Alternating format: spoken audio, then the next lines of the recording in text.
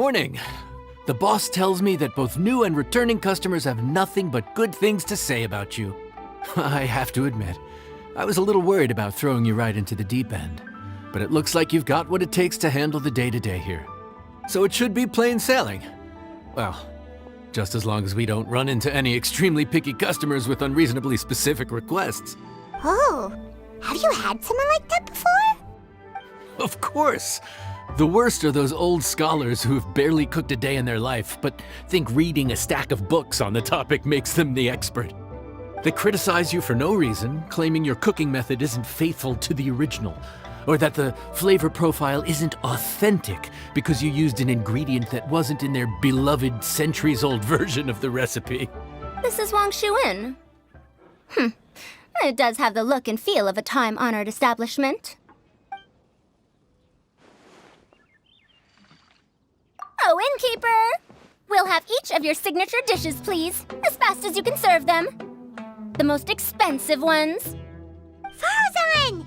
Oops, Madam Farazan. Oh my! Traveler, Paimon, whatever are you doing here? We could ask you the same thing. Where'd you suddenly get the funds to go sightseeing? And to order the most expensive things on the menu? I'm not here to sightsee. Exemplary scholars like myself are highly sought after by cruise operators in need of an onboard consultant as they travel the world. Madam Farazan, please, slow down. None of us slept last night. How come Madam Farazan still has so much energy? If she's really over 100 years old, I don't understand how she keeps going. It's all my fault. She's been like this ever since I told her I'd be paying the expenses. Layla! And Dori? Huh. Never would have bet on this combination.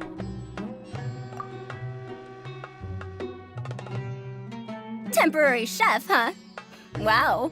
No rest for the wicked.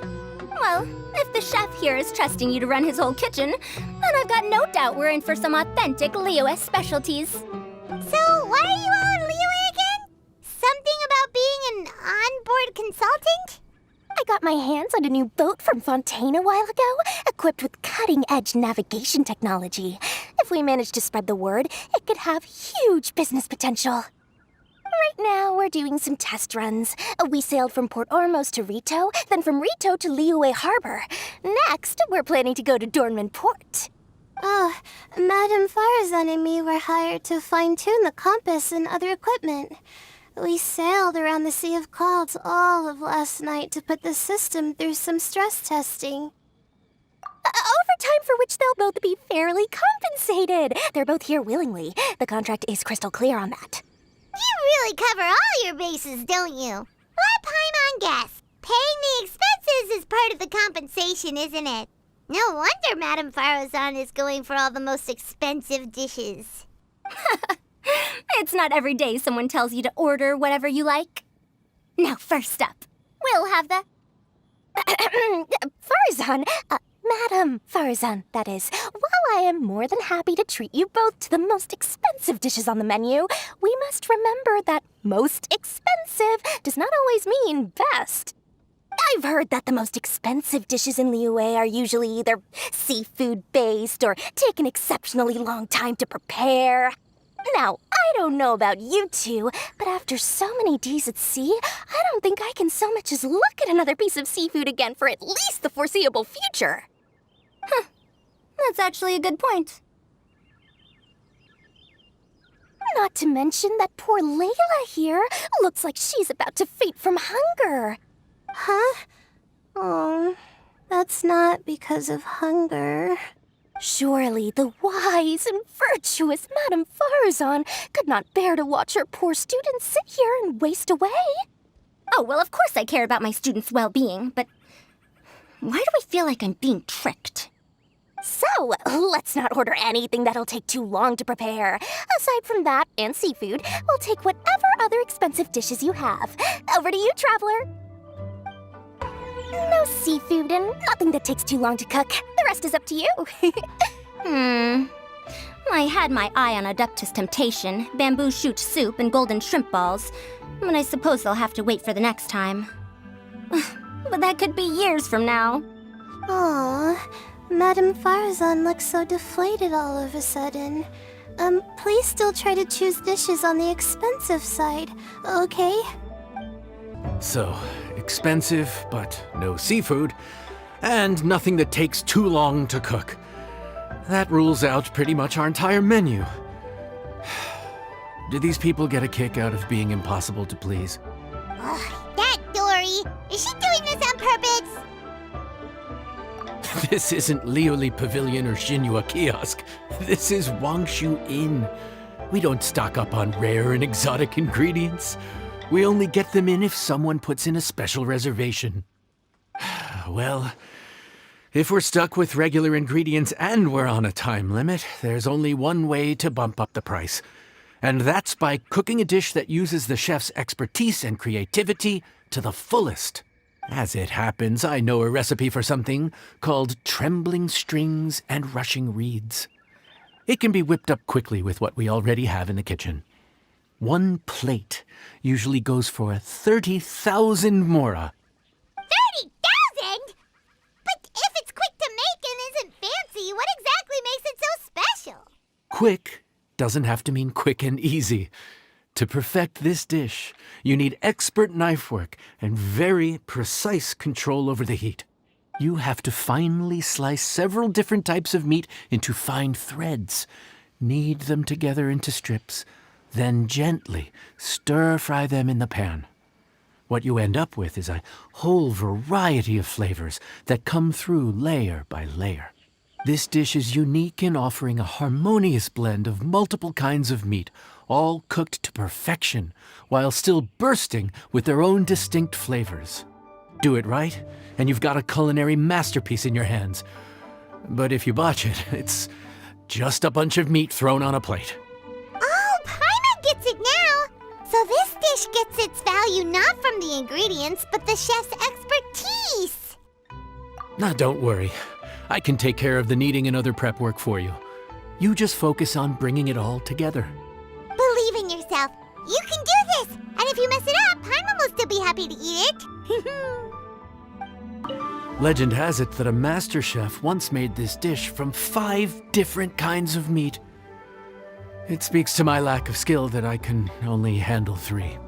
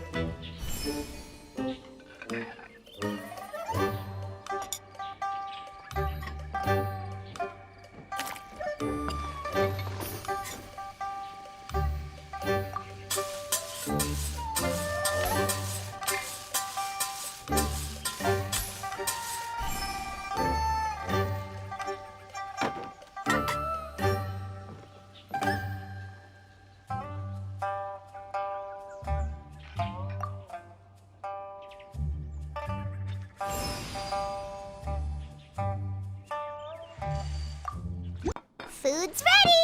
Please enjoy. Ooh, smells delightful. Oh, we meant to ask, have you two eaten breakfast yet? If not, why don't you join us at the table? Did Dory just offer us a free meal? When did she become so generous? Let's not forget that the biggest business deals are always settled over a meal. Come on, come on, come on. Sit down and join us. Everyone, dig in. This dish looks simple enough. And I did my research, so surely it can't cost all that much. Worst case scenario, maybe 10,000 mora? This dish had better be worth working overtime all night for. Well, traveler, this is the moment of truth. Oh, so tired. So sleepy. I just want to eat up and get to bed. Is this foul? Oh, wait. No, the texture is more like shroom boar. There's a different flavor in every bite. And the discerning palate might detect a hint of something smoked, too. Quite marvelous. How is this made? Ham? But I don't see any ham anywhere. Oh. Haha! So you've noticed. Yep, every single strip is kneaded from several different kinds of meat. Paimon and Yanxiao put in a lot of effort to make it just right. So I'm not an expert or anything, but don't different meats have different cooking times? How is everything in this dish cooked to perfection? Well, you see, that's a trade secret. Wow. So this dish really is one of a kind. That makes the whole trip worth it. By the way, does this special dish have a name? Ah! Paimon forgot to mention that part. The dish is called Trembling Strings and Rushing Reeds, alluding to the way that the different threads of meat are woven together. And also, The complex layers of flavor, yes? Akin to the harmonies of a musical ensemble? The name, if I'm not mistaken, is a Liyue idiom that evokes a vigorous orchestral performance featuring both stringed and wind instruments playing together. Quite an apt name for this dish. how did you know all that? Every student has to master at least 20 languages before they graduate. Wait, is that not a requirement anymore? Huh? Oh, that used to be a thing? Oh, Paimon almost forgot that you're also from Haravatat. So, anyway, how much does this dish cost? Oh, don't worry, not too much. That'll be, 30,000 more, please and thank you. 30,000? About that, Paimon, traveler, I merely invited you to join us at the table, did I not? I don't believe I committed to paying for you. So, perhaps we could split the bill accordingly? Oh, Paimon knew it was too good to be true. Yeah!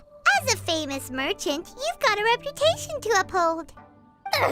But every single mora matters, you know? All right. I'll just consider that the cost of learning about this dish. Once I'm back in Sumeru, I'll be sure to find someone to help me recreate the dish. And then I'll make it all back. I feel so much better now that I've gotten some food in me. Delicious food really does wonders for one's spirit. My advisor said that young people shouldn't stay cooped up in the academia all the time. They told me that I should take the chance to get out and see the stars in other skies. Maybe I can think of it as my first internship experience. But it sure is exhausting.